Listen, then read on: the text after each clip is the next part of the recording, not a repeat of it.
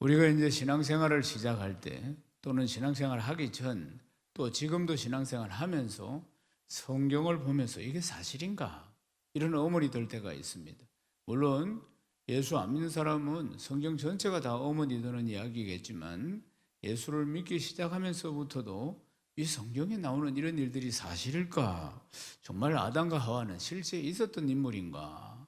아니면 노아 홍수 때 정말 물 심판을 세상이 당했다는 건가? 진짜 그런 걸 과학적으로 증명할 수 있는 건가? 그리고 또 노아 가족만 전부 다 살아남았다는데 그게 사실인가? 이런 부분에 대한 생각들 말입니다.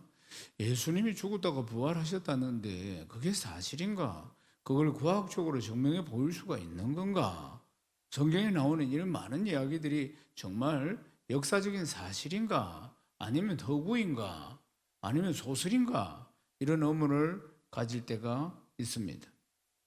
그러면서 성경을 읽으면서 처음 신앙이 자라면서 의문이 가는데 이런 이야기를 하면 무조건 믿어라. 그런 이야기를 합니다. 또 신앙생활을 좀 했는데 이런 부분에 대해서 정말 성경에 나오는 이 이야기가 사실이냐 이런 질문을 하게 되면은 좀 믿음 없다 소리 들을까 봐 한편으로는 그런 질문도 하지 못하고 사실일까? 이런 생각들을 하면서 지나가기도 합니다. 사랑하는 여러분, 성경에는 여러 이야기들이 많이 기록되어 있습니다. 어떤 경우는 아주 시시한 이야기까지도, 시시콜콜한 이야기까지도, 대화를 나누는 것까지도 다 기록을 해놓기도 하고, 어떤 것은 또 구체적으로 한 사람의 인생을 적나라하게 표현하기도 하지만 그냥 썩 지나가는 인물들도 있고 다양하게 기록이 되어 있는 것을 볼 수 있습니다. 그런데 성경에 기록된 이 내용들을 과학적인 자료나 역사적인 증거 이런 것을 증명하기 위해서 이 성경이 기록된 게 아닙니다. 성경이라는 것은 성경은 누가 기록하셨느냐 하면은 하나님이 기록하신 것입니다. 이 성경은 하나님의 목적에 따라서 하나님의 의도대로 그래서 서술된 역사가 바로 성경이라는 것입니다. 그러니까 하나님의 목적에 의해서 하나님의 뜻대로 서술된 기록이기 때문에 사람은 알 수가 없는 것입니다. 이걸 왜 기록했는지 알 수가 없다. 하나님의 의도가 무엇인지 알 수가 없는 겁니다. 사람은 읽어서는 일반적인 역사를 기록한 것이 아니라 그 말입니다. 하나님의 뜻대로, 하나님의 의도대로, 하나님의 목적대로 이 성경을 기록했기 때문에 하나님이 가르쳐 주셔야만이 우리가 알 수가 있는 것입니다. 이런 성경 말씀을, 이 성경 말씀은 과학적으로, 역사적으로 그렇게 입증하기 위해서 이 성경이 기록된 것이 아니고 하나님의 뜻에 의해서, 하나님의 목적에 의해서 이 말씀들이 서술되고 기록되었다는 사실입니다. 그래서 하나님께서 가르쳐 주셔야만이 이 안에 들어있는 내용을 우리가 깨달을 수 있다는 것입니다. 사랑하는 여러분, 오늘 우리가 사도행전을 읽었습니다. 사도행전은 하나님께서 사람과 약속하신 언약들이 다 이루어지는 모습들을 적나라하게 기록하고 있는 것이 사도행전이라는 성경입니다. 덴마크에 유명한 실존주의 철학가가 있는데 키에르케고르입니다. 키에르케고르가 지은 여러 책 중에서 어느 한 책이 죽음에 이르는 병이라는 제목을 가진 책이 있습니다. 그러니까 사람은 죽음에 이르는 병에 대한 내용, 이 책 내용에 보면은 사람이 살다가 절망을 느끼면은, 그러면 심각한 절망감이 찾아오면은 사람이 죽을 수도 있다 이 말입니다. 말하자면은 자살이라든지 여러 가지로 말이에요. 실제로 이제 그래서 사람을 죽음에 이르게 하는 병이 뭐냐면 절망이다. 케르케고르는 그렇게 이야기합니다. 사랑하는 여러분, 죽으라고 열심히 해서 돈을 벌었는데 사기를 당했다. 그래서 그냥 망했다. 이럴 때 찾아오는 절망감 때문에 사람이 목숨을 걸기도 하는 것입니다. 그러니까 여러 가지 이유에서 사람이 절망감이 찾아오면은 죽음에 이르는 병, 그게 절망감인데, 그런데 키에르케고르는 그런 절망감에 대해서 이야기하는 것이 아니고 인간의 근본적이고 근원적인 절망에 대해서 이야기하는 겁니다. 이 근원적인 절망이 뭐냐? 창조주 하나님과 관계가 상실될 때, 그때 근원적인 절망감이 인생에겐 찾아온다는 것입니다. 사랑하는 여러분, 우리 안에는 정체성이라는 것이 있어요. 정체성이 어떻게 형성이 되느냐 하면은 타인과 다른 사람과의 관계 속에서 나의 정체성이 만들어지는 것입니다. 그러니까 아내라는 정체성은 뭡니까? 남편이 있으니까 아내라는 정체성이 만들어지는 겁니다. 아내가 있으니까 남편이라는 정체성이 만들어진다는 겁니다. 부모가 계시니까 자녀라는 정체성이 만들어지는 것이죠. 학생이 있으니까 교사라는 정체성이 만들어지는 것입니다. 그래서 그 정체성, 그 직분에 의해서 자기의 책임과 의무를 다하려고 하는 것 아니겠습니까? 그 사람이 가지고 있는 정체성이 그 사람의 사명과 그리고 인생의 어떤 역할을 말해 주는 것입니다. 그런데 다른 사람과의 이 관계 속에서 나의 정체성이 만들어지는데, 그런데 그 다른 사람이라는 것이 흔들린다 그 말이에요. 영원하지 않다는 것입니다. 항상 변한다 그 말입니다. 그렇죠? 부모님 세상 떠납니다. 그러니까 자녀라는 정체성이 이제 흔들리고 사라지게 되는 거 아니겠습니까? 항상 그렇다는 것입니다. 그러니까 타인이 변한다는 것이에요. 우리는 타인에 의해서 나의 정체성이 만들어지는데, 그 타인이, 그러니까 사람은 영원한 것이 없고 사람은 마음이 간사하고 변화무쌍하다 그 말입니다. 그로 말미암아 내 정체성이 흔들리게 됩니다. 조금 전에도 말씀드렸죠. 남편이 없으면 아내의 역할이 사라지는 것이고, 아내가 없으면 남편의 역할이 사라지는 것이고, 부모가 없으면 자녀의 역할이 사라지는 것이고, 이렇게 상실된다 이 말입니다. 인간은 영원한 것이 없기 때문에. 그래서 나의 정체성이라는 것이 항상 흔들리니까 사람의 마음은 언제나 불안한 것입니다. 사람의 마음 안에 있는 불안이라는 것은 정체성 때문에 일어나는 문제입니다. 요즘은 대학교마다 입학하는 아이들이 어떤 과들은 인기가 없어서 과가 없어지기도 합니다. 그럼 학과가 없어지면 교수가 설 자리가 없는 거 아니겠어요? 그래서 교수직을 할 수 없는 경우도 많이 지금 일어나고 있다는 사실입니다. 그러니까 이 정체성이 전부 다 상대방에 의해서 나의 정체성이 흔들리니까, 영원한 것이 없으니까 사람 마음에는 끊임없이 불안이 찾아온다는 것입니다. 그런 사람 마음은 언제나 불안합니다. 언제나. 그러니까 자기도 변합니다. 환경에 따라서 변하죠. 내 마음 나도 모르는 것 아니겠어요? 그러니까 사람은 불안한 존재인 것입니다. 끊임없이 불안합니다. 타인으로 인해서도 불안하고, 내가 나를 믿을 수도 없기 때문에, 내 정체성에 의해서 또 흔들리는 정체성 때문에 내 자신이 또한 불안하기도 하는 것입니다. 그래서 사람은 영적인 존재이면서 이 불안한 인생이나 불안한 어떤 환경, 이런 것을 의지하면서 살아가기에는 너무나 불안감이 많기 때문에 영원한 것을 추구한다는 것입니다. 영원한 것을, 변함없이 영원한 것을 추구하는 것입니다. 그래서 이 변함없이 영원한 것과 관계를 맺고 그 안에서 살고 싶어 하는 것이 본능이라는 사실 아니겠습니까? 사랑하는 여러분, 그래서 영원한 것을 찾지 못했을 때, 영원한 진리를 얻지 못했을 때 인생은 끝까지 불안 가운데 살다가 허무와 고통 속에서 저물게 된다는 것입니다. 그렇지만은 영원하신 존재인 하나님, 영원하신 주 예수 그리스도, 그분과의 관계가 회복이 되고 그분 안에 있게 될 때 우리는 참 기쁨과 참 행복을 누리게 되는 것을 믿습니다. 아무것도 염려하지 말라. 기도와 간구로 감사함으로 내게 아뢰라. 할렐루야. 수고하고 무거운 짐진 자들아 다 내게로 오라. 할렐루야. 사랑하는 여러분, 그래서 영원하신 주님을 만나면 우리가 이 불안한 마음들이, 염려, 걱정, 근심들이, 이 원초적인 본능에서 오는 불안감이 다 사라지게 되고 그 진리 안에서 의와 평강과 희락을 우리가 누리게 되는 줄로 믿습니다. 영원하신 그분을 만나게 될 때, 영원한 진리를 만나게 될 때 내 안에 불안이 떠나가게 되는 것이고, 세상이 줄 수 없는 평강이 나에게 영원한 진리를 만날 때, 주 예수 그리스도를 만날 때 우리를 찾아오게 되는 줄로 믿습니다. 로마서 7장 24절 말씀을 읽어보십시다.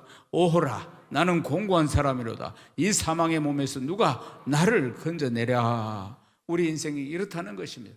오호라, 나는 죄 속에서 정말 공고한 사람이다. 늘 불안과 염려가 내 안에서 숨쉬고 있구나. 이 사망의 몸에서 누가 나를 건져내랴. 사도 바울이 인간의 본성에 대해서 지금 이렇게 고백하고 있는 것입니다. 누구나 다 나는 정말 공고하다. 이 사망의 몸에서 누가 나를 건져내랴. 이 염려 불안 속에서 누가 나를 건져줄 수 있을까? 다윗도 역시 마찬가지입니다. 다윗도 죄 가운데서 절망된 상황에 직면하게 되었을 때 그때 통곡을 하면서 주님, 성령을 거두어 가지 마시옵소서, 이렇게 고백하는 모습을 볼 수 있습니다. 시편 51편 11절 말씀을 읽겠습니다. 나를 주 앞에서 쫓아내지 마시고 주의 성령을 내게서 거두어 가지 마옵소서. 할렐루야. 사랑하는 여러분, 하나님은 택한 백성을 결코 버리지 않습니다. 아멘이십니까? 우리가 어떤 상황에 처해 있고 내 믿음의 상태가 어떤 상황에 있다 할지라도 하나님은 택한 백성을 결코 버리지 않으시고, 그리고 우리를 얼마나 사랑하시는지 하나밖에 없는 아들 예수 그리스도를 이 땅에 보내주셔서, 그리고 우리를 책임지신다고 정명해 보여주신 것 아니겠습니까? 사랑하는 여러분, 이스라엘 백성들이 40년 동안 광야 생활을 하고 이제 가나안 땅으로 들어갑니다. 가나안 땅으로 들어갈 때 그때 첫 번째 만난 큰 벽이 여리고성입니다. 여리고. 사랑하는 여러분, 여리고 어떻게 무너졌습니까? 전쟁해서 무너졌습니까? 사다리 타고 올라가서 공격을 해서 너무 떨었습니까? 아닙니다. 하나님 말씀 앞에 순종해서 그 성을 돌았을 뿐인데 그 성이 함락된 것 아니겠습니까? 사랑하는 여러분, 성경의 역사에서 그럼 여리고성이 무너지는 것을 통해서 하나님은 우리가 뭘 알기를 원하십니까? 삶의 지혜를, 아니면 교훈을 깨닫기를 원하십니까? 아닙니다. 사랑하는 여러분, 한편으로 생각할 때 여리고성이 그때 무너진 것과 지금 내가 살고 있는 이 시대에 무슨 관계가 있느냐, 이런 생각을 하기도 하는 것입니다. 성경에 나오는 어떤 역사들과 지금 내가 살아가는 것과 무슨 상관이 있느냐, 이런 이야기를 하기도 합니다. 사랑하는 여러분, 하나님께서는 이 여리고가 무너지는 이 사건을 통해서 오늘 이 시대를 살아가고 있는 내 인생 앞에 있는 여리고를 무너뜨리고자 지금도 하나님은 우리와 엄밀하게 교제하고 소통하고, 그리고 이 성경에 나오는 스토리들이 나의 스토리, 나의 간증이 되도록 만들어 주시고자 우리를 부르시는 줄로 믿습니다. 아멘이십니까? 사랑하는 여러분, 이 성경에 나오는 이야기들이 나의 이야기가 되도록, 오늘을 살아가는 나의 이야기가 되도록 하나님께서는 계속해서 우리를 부르시고 교제하고 우리가 부르짖는 기도를 들으시고 응답하여 주시는 것입니다. 사랑하는 여러분, 성경 이야기는 오늘을 살아가는 나의 이야기로 하나님이 만들어 주시는 것입니다. 살아계신 하나님께서, 사랑하는 여러분, 성경에 일어난 모든 일들은 하나님께서 일하신 결과로 일어난 일들인 것입니다. 사랑하는 여러분, 그걸 언약의 역사라는 것입니다. 하나님은 사랑과 약속하셨습니다. 그 언약의 역사들이 일어나는 것을 볼 수 있습니다. 우리도 언약 가운데 살아가고 있는데 지금도 역사하시는 것입니다. 오늘 이 예배를 통해서도 역사하십니다. 지금도 하나님은 일하시는 것입니다.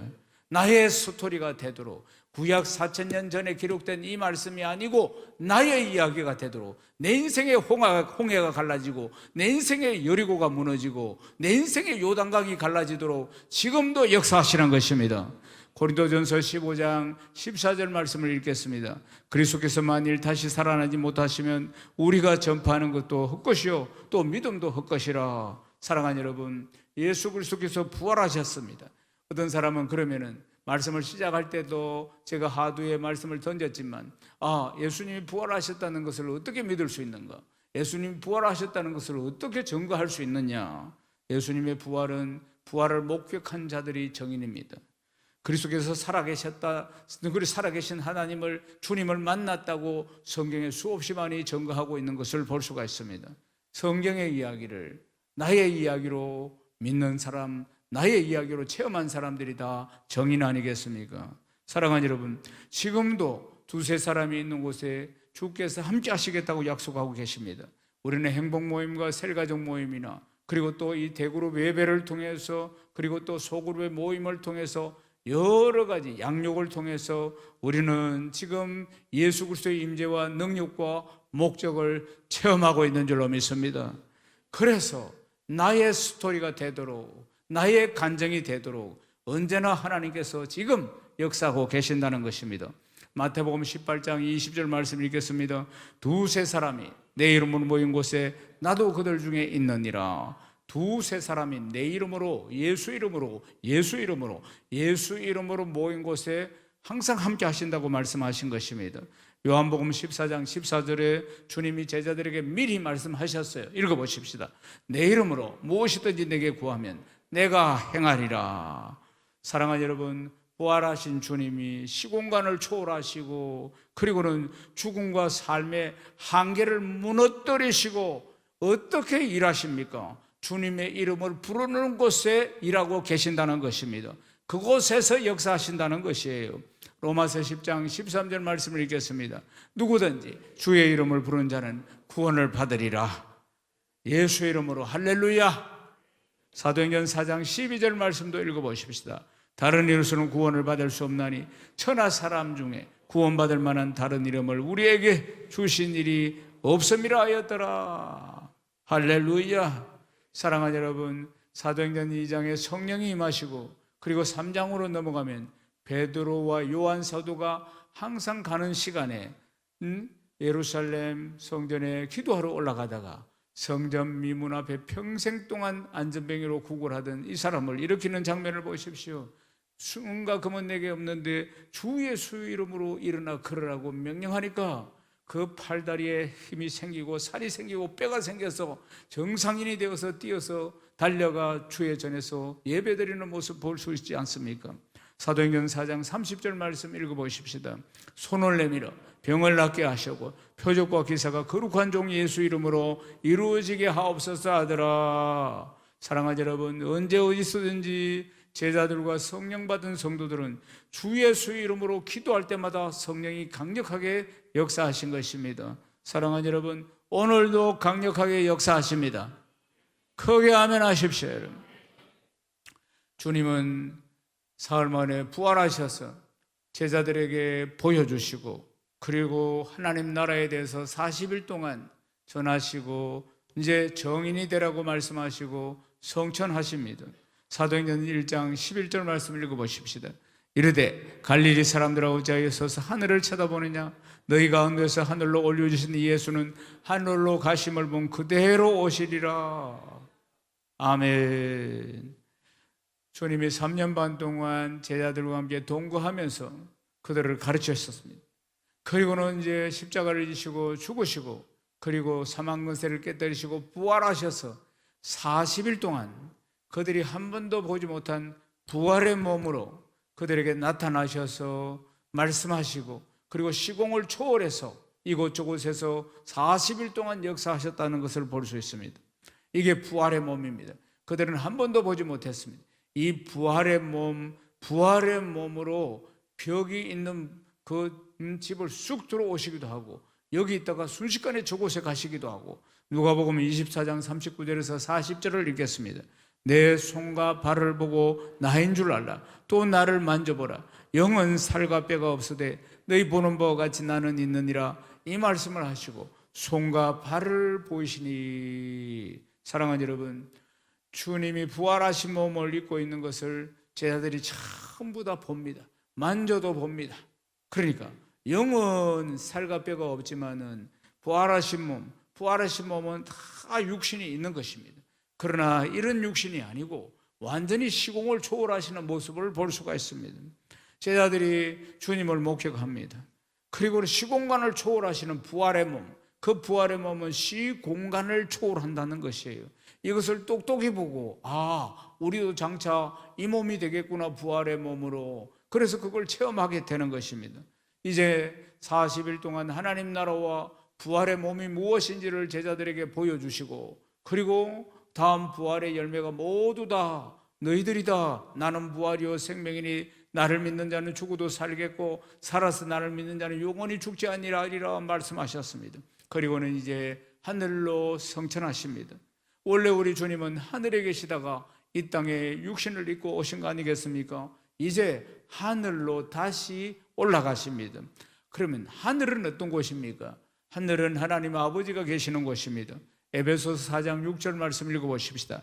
하나님도 한 분이시니 곧 만유의 한 뜻이 만유 위에 계시고 만유를 통일하시고 만유 가운데 계시도다. 어려운 말씀입니다. 하나님도 한 분이시니 곧 만유의 아버지시라. 만유 위에 계시고 만유를 통일하시고 만유 가운데 계시도다. 만유의 아버지가 되시는 하나님은 만유 위에 계시고 만유를 통일하시고 만유 가운데 계신다. 이게 무슨 뜻일까요? 만유라는 단어를 알아야 합니다. 만유는 하늘과 땅, 영원한 순간, 죽음과 생명, 초월적인 것, 이 모든 것들을 포함한 것이 만유인 것입니다. 만유는 하나님의 통치 영역입니다. 예수님이 오르신 하늘은 공간 제한이 없는 곳입니다. 우리는 지금 이 땅에 살고 있으며 공간 제한이 있는 곳에 우리는 지금 살고 있습니다. 지금 주님은 공간 제한이 없는 만유 위에 있는 하늘로 가신 것입니다. 하늘은 만유 위를 가리키는 것입니다. 주님은 지금 제한된 공간, 육신을 입고 있는 제한된 공간을 벗어나서 만유 위에서 하늘과 땅을 전부 통치하시고자 하늘에 오르신 것입니다. 하나님 나라 하늘에 오르신 것입니다.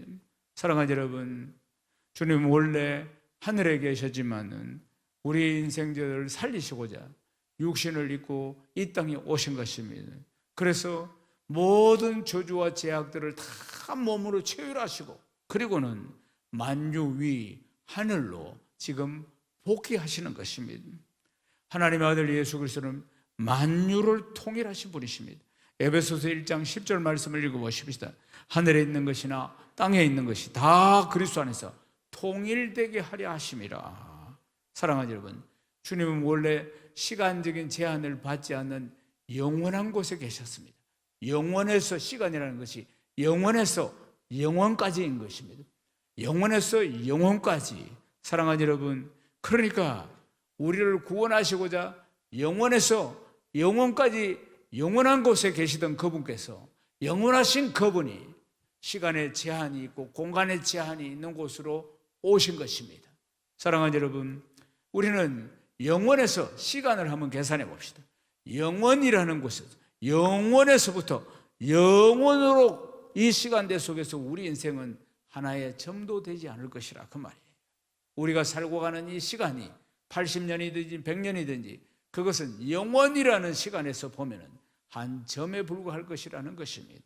사랑하는 여러분, 이 짧은 인생을 찰나라고 하는 것입니다.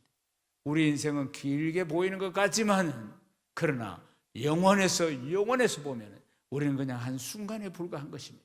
한 점에 불과하다, 그 말입니다. 우리가 살고 가는 시간이라는 것은 영원이라는 시간 속에서 보면은 그냥 찰나요, 순간이라 이 말입니다.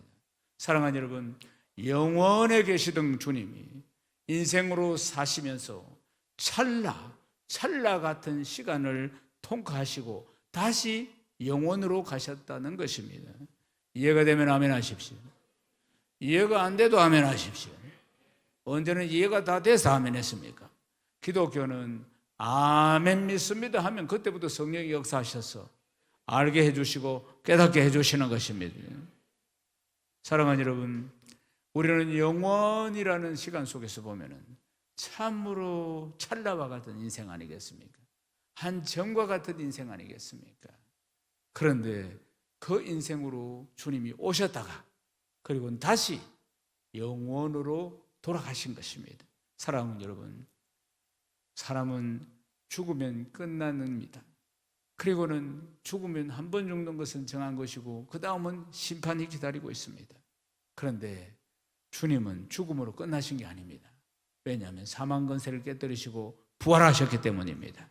그리고 새 생명을 얻었습니다. 부활하셨습니다.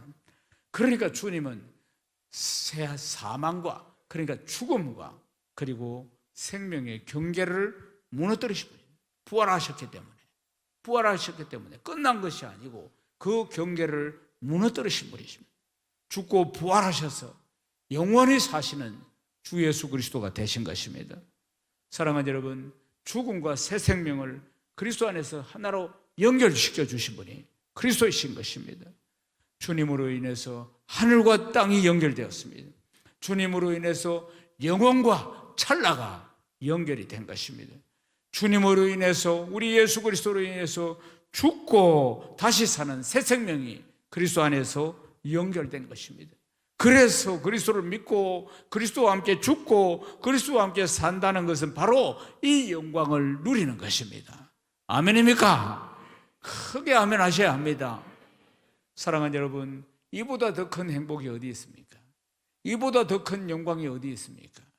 가장 중요한 것은 사람이, 죄 많은 인생이 하나님과 화목하고 하나가 됐다는 것 아니겠습니까? 그리스도 안에서. 이것이야말로 진짜로 풍성한 삶인 것입니다. 아멘이십니까? 만약 예수를 믿으면서도 하나님의 이 언약의 역사를 모른다면 그냥 예수를 믿는 것이 이 땅의 인생의 문제들 해결받고 그리고 또 뭐 좀 잘 살고 그러다가 죽고 나면 천국 가는 정도로 예수 믿는 것을 알고 마치게 된다는 것입니다. 예수 그리스도 안에서 더 풍성한 삶, 더 행복한 삶이 무엇인지 잘 모르고 그냥 이 땅에 살면서 그냥 어려운 문제들 예수 믿어서 해결받고 그러다가 이렇게 복받고 좀 살다가 죽으면 천국 가는 그런 정도밖에 모른다 그 말입니다. 사랑하는 여러분, 에베소서 1장 17절에서 18절 말씀을 읽어보십시다. 우리 주 예수 그리스도의 하나님 영광의 아버지께서 지혜와 계시의 영을 너희에게 주사 하나님을 알게 하시고 너희 마음의 눈을 밝히사 그의 부르심의 소망이 무엇이며 성도 안에서 그 기업의 영광의 풍성함을 무엇이며 영광의 풍성함이 무엇인지 성도 안에서 그 기업의 영광의 풍성함이 무엇이겠습니까? 사랑하는 여러분, 제한 속에서 인간이라는 시간 제한, 공간 제한 속에서 살아가는 우리를 무제한으로 이끌어 주시고 찰나에 지나가는 한 정점밖에 되지 않는 내 인생을, 그렇게 끝날 내 인생을 영원한 인생으로 이끌어 주시고 죽음으로 끝날 내 인생을 새 생명을 주셔서 부활의 영광을 누리게 하시고, 사랑하는 여러분, 이런 것들이 우리가 누릴 영광의 풍성함인 것입니다. 크게 아멘 하십시오. 여러분, 깊이 깨달아지기를 주님의 이름으로 축복합니다. 사랑하는 여러분, 예수 그리스도 안에 감추어진 이 놀라운 사실, 하나님과 멀어졌던 이 사람이 하나님과 하나 되게 하신 것, 하나님과 화목하게 되신 것, 그리고 하나님과 원수되었던 내가 그리스도 안에서 하나님과 화목한 하나님의 자녀가 된 것, 그러면서 이 영광의 풍성함을 우리에게 주셨다는 것 아니겠습니까? 하나님과 원수된 자였고 심판받아서 죽을 죄인인데 하나님이 그 많은 사람들 중에서 나를 택하여 부르셔서 예수 믿게 하시고 하나님과 화목하게 하시고 하나님 나라에 살게 하신 계획을 예수 그리스도를 통해서 이루게 하셨다는 사실입니다. 로마서 5장 10절 말씀을 읽겠습니다. 곧 우리가 원수 되었을 때 그 아들의 죽으심으로 말미암아 하나님과 화목하게 되었은 자, 화목하게 된 자로서는 더욱 그의 살아나심으로 말미암아 구원을 받을 것이니라. 사랑하는 여러분, 예수 그리스도의 공로가 얼마나 위대합니까? 그래서 우리가 주님을 나의 주, 나의 하나님이라고 부르는 것입니다. 오로지 예수 그리스도의 공로를 의지해서 하나님 나라에 들어가기 때문인 것입니다. 사도 바울은 이 비밀을 깨닫고 그리고는 하나님 나라를 선포하고자 목숨을 걸었던 것입니다. 사도행전 28장 31절 말씀을 읽겠습니다. 하나님의 나라를 전파하여 주 예수 그리스도에 관한 모든 것을 담대하게 거침없이 가르치더라. 할렐루야. 사랑하는 여러분, 하나님 나라에 대해서 거침없이 그 깊이 깨달은 그 은혜를 거침없이 생명 걸고 전했다는 것 아니겠습니까? 사랑하는 여러분, 하나님 나라는 먹고 마시는 것이 아니고 성령 안에서 우와 평강과 희락입니다. 이 좋은 하나님 나라 그러면 죽어서 갑니까? 아닙니다. 지금 이 시간에 하나님 나라는 내 안에 있는 것입니다. 성령으로 하나님 나라 먹고 마시는 것이 아니고 성령 안에서 우와 평강과 희락이라는 것입니다. 내 안에 하나님의 통치가 이미 예수 믿고 거듭난 그날부터 통치가 이루어집니다. 하나님의 통치가 있는 곳이 바로 하나님의 나라라 그 말입니다. 우리는 하나님의 백성이고 하나님 나라는 이미 우리 안에 임한 줄로 믿습니다. 아멘이십니까? 사랑하는 여러분, 내 안에 임한 하나님 나라, 내 안에 임한 하나님 나라가 내가 이 세상을 떠나면 완성이 되는 곳이 저 천국 하나님 나라 아니겠습니까? 예수 믿는 축복이 뭡니까? 이 환난과 그리고 공고한 이 세상살이에서 내 안에 하나님 나라를 누리는 것, 이것이 예수 믿는 축복인 것입니다. 믿습니까? 세상 사람들은 있든지 있으면 좋아하고 없으면 힘들어하고 여러 가지로 정말 환경에 따라서 인생이 왔다 갔다 마음도 기분도 감정도 왔다 갔다 하는데 우리는 요동하지 않습니다. 초월적인 그 은혜와 그 사랑 가운데서 우리 안에 있는 하나님 나라로 늘 평강을 누리는 줄로 믿습니다. 사도행전 2장 1절에서 3절 말씀을 읽겠습니다. 오순절날에 이미 이름에 그들이 다 같이 한 곳에 모였더니 혼란이 하늘로부터 급하고 강한 바람 같은 소리가 있어 그들이 앉은 온 집에 가득하며 마치 불의 혀처럼 갈라지는 것들이 그들에게 보여 각 사람 위에 하나씩 임하여 있더니, 사랑하는 여러분, 성령이 오셨는데 그들에게 보여 각 사람 위에 하나씩 임했다. 각 사람 위에 급하고 강한 바람 같은 소리가 있었고 온 집에 가다가 불의 혀같이 갈라지는 것들이 성령이 각 사람 위에 임한 모습을 볼 수가 있습니다. 각 사람 위에 성령께서 하나씩 임했다는 것을 주목해야 하는 것입니다. 그 집에 온통 가득한 것이 아니고 각 사람 위에 하나씩 성령의 불이 성령께서 각 사람 위에 하나씩 임했다는 것입니다. 사랑하는 여러분, 그래서 각 사람에게 임하여서 각 사람과 대화하고 인격적인 교제를 하시고 그리고 각 사람을 위대한 역사의 현장으로 우리를 인도하시는 줄로 믿습니다. 사랑하는 여러분, 성령이 각 사람에게 임하셔서 예수님이 새 생명, 그 새 생명이 나의 생명으로 믿어지게 만들어주시고 그 믿어지게 예수 그리스도의 생명이 나의 생명이며 예수 그리스도의 부활이 나의 부활이고 예수 그리스도의 능력이 나의 능력임을 믿어지게 하시는 분이 각 사람 위에 나에게 임하신 성령의 역사인 것입니다. 아멘이십니까? 사랑하는 여러분, 그래서 내가 만난 주 예수 그리스도를 전하는 것 아니겠습니까? 각 사람 위에 임하신 성령께서 이 성경에 나오는 스토리가 나의 역사, 나의 스토리가 되게 만들어 주시는 것입니다. 그 당시에 무너졌던 여리고가 내 인생에도 무너지게 만들어 주시고 홍해를 가르신 내 인생에 가로막고 있는 홍해를 갈라주시고 요단강을 갈라주시고, 사랑하는 여러분, 각 사람에게 임하셔서 각 사람의 스토리로 만들어주시고 오늘의 이야기로 만들어주시고 간증하지 않을 수 없도록 만들어주시는 것 아니겠습니까? 요한복음 14장 26절 말씀을 읽어보십시다. 보혜사 곧 아버지께서 내 이름으로 보내실 성령 그가 너에게 모든 것을 가르치고 내가 너에게 말한 모든 것을 생각나게 하리라. 오늘도 이 말씀을 듣고 깨닫게 하시고 그리고 이해가 되게 하여 주시고 믿게 만들어 주시고 기억나게 하시는 분이 성령이십니다. 각 사람에게 임하신 성령이신 것입니다. 사랑하는 여러분, 성령의 임재가 있을 때 나타나는 결과는 하나님의 말씀이 흥왕해지는 것입니다. 사도행전 6장 7절 말씀을 읽어보십시다.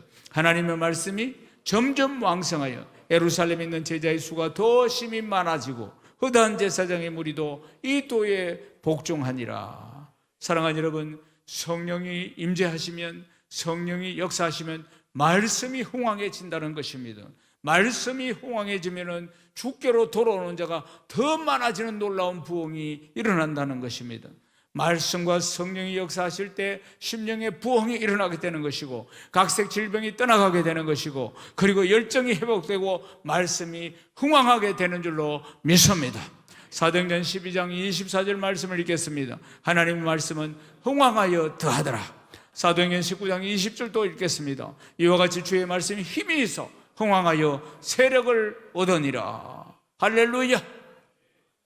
사랑하는 여러분, 세상 사람들은 성령이 임하든지 말씀이 임하든지 말씀으로 흥왕해지든지 아무 관심이 없습니다.